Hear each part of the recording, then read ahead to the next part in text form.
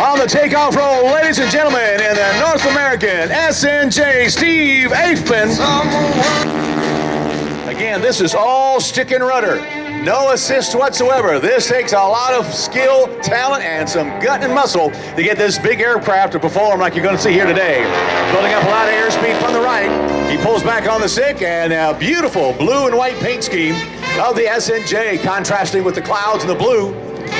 If you ever wonder why they were painted blue, there you kind of get a reason why. It made them difficult to see if they were flying over the ocean. And the white underside made the aircraft very hard to see if he was above you. Nice barnstormer's loop. He's got so much energy, he's going to do it one more time, taking the SNJ all the way across the top. There he at the top, the pilot goes weightless. And again, as he comes down to the bottom of that loop, he's going to pull about 3 to 4 G's in recovery.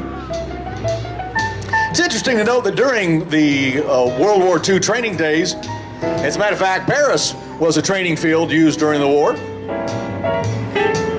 Pilots were instructed never, ever, ever fly aerobatic maneuvers below 3,000 feet. And as you see here today, Steve's never going to get above 3,000 feet.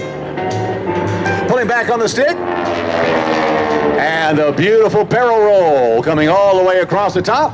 And it looks, if you watch the pattern of the aircraft, it makes it look like he's just rolling on the inside of a barrel.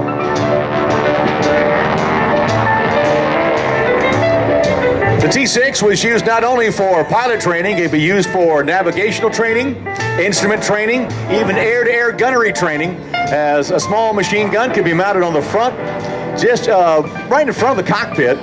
And even 30 caliber machine gun could be mounted in the back, and air-to-air gunnery training could be performed out of the T6. Watch now as he takes the aircraft, and another nice barrel roll.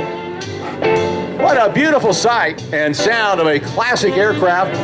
Hard to believe this aircraft built back, I believe, in 1944. Still able to perform and do just what she was designed to do those many years ago.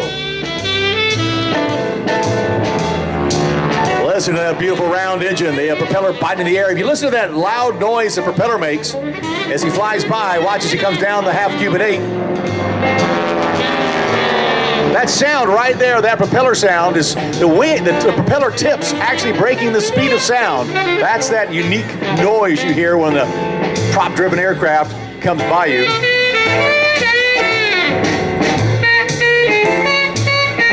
The SNJs could also be equipped, believe it or not, with a carrier arresting landing hook, so the aircraft could actually be flown on and off an aircraft carrier. Big turnaround from your right. You can hear that propeller again biting the air, pushing that big T6 through the skies over Paris. Watch again as he pulls back on the stick.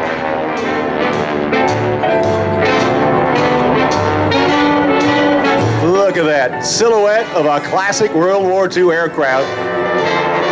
Again, one of the most legendary training planes of all times, training more pilots literally than any other training plane in the world. That is a gorgeous sight as he comes all the way around in a great barnstormer's loop.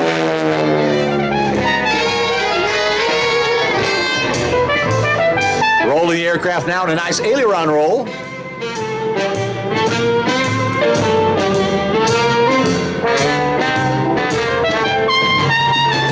Knows how to fly this North American SNJ. Again, SNJs if you're in the Navy. The North American T6 Texan if you're in the Army Air Corps. If you're in the Royal Canadian or Royal Air Force, you call this aircraft the Harvard. Here he comes. Now watch as he's building up a lot of airspeed. Keep your eye on this T6. He's going to really make this thing work. And this is something you'll not see many T6 pilots do ever, ever, ever. Watch this. 1, 2, 3, 4, 5, 6, 7, 8, 9, 10, 11, 12. Oh, yeah. That's hard to do, folks, in a T6.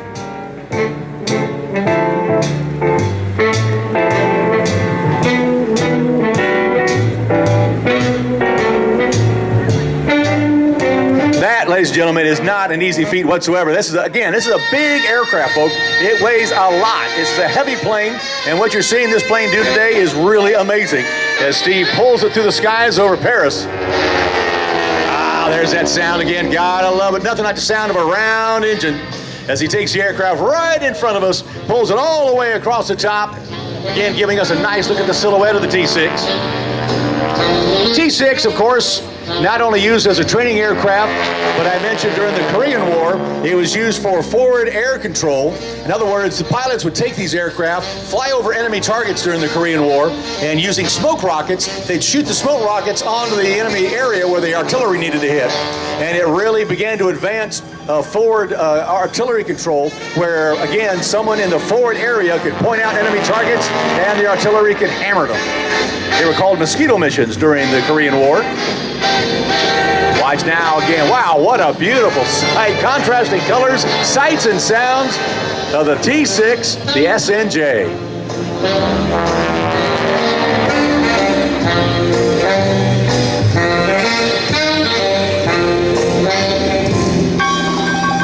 And another nice aileron roll as he exits off to the right.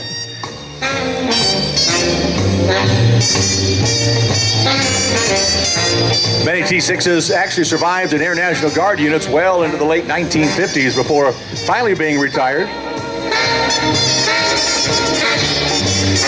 Quite a few of them have been restored and on the airshow circuit and flying around the country today. Here he comes from your right, Steve Afeman. In the SNJ, boy, there's a lot of smoke in the sky today. Compared to yesterday, we had all that wind. Look at this. A 16-point roll, folks, in the T-6. Coming all the way around. You saw it. A 16-point roll. Amazing. I mean, you've seen 4-point, 8-point. Those happen fairly regular, but 16 in a T-6? Wow. Here he comes, Steve Afeman and the SNJ.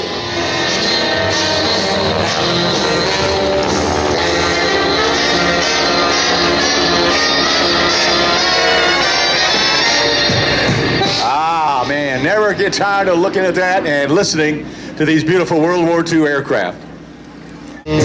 All right, here he comes in for a break to land from your right. Smoke is on. Listen to this. Watch this. The classic break to land in the T-6 SNJ.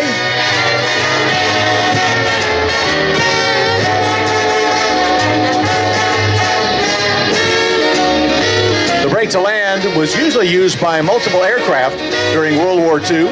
Let's keep the airport nice and clean. Steve getting ready to touch down in the SNJ. A great performance here today. Great to have Steve back with us at the Wings Over Paris Air Show.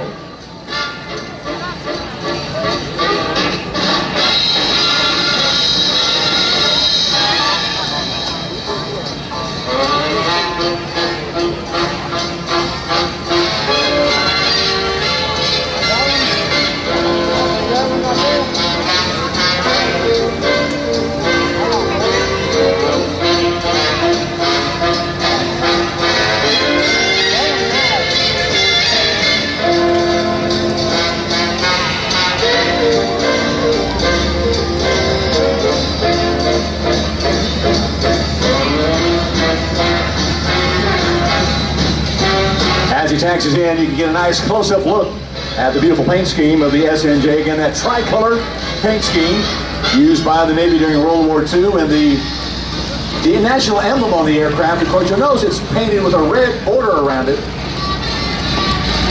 That was a very short-lived version of the national emblem used during World War II. As our national emblem kind of changed look during the war. And the red border was used in 1943 for a short period of time, but there's a nice look. Give him a big wave as he taxis by. All right.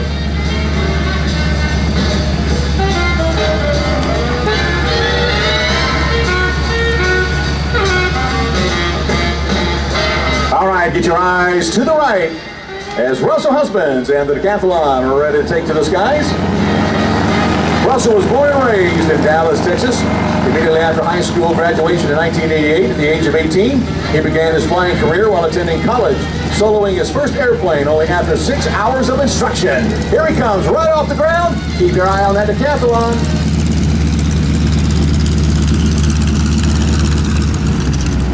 As he lifts up off the runway. Now, this is an aircraft that you would, oh, look at that. Rolling the aircraft just not even a couple hundred feet off the ground.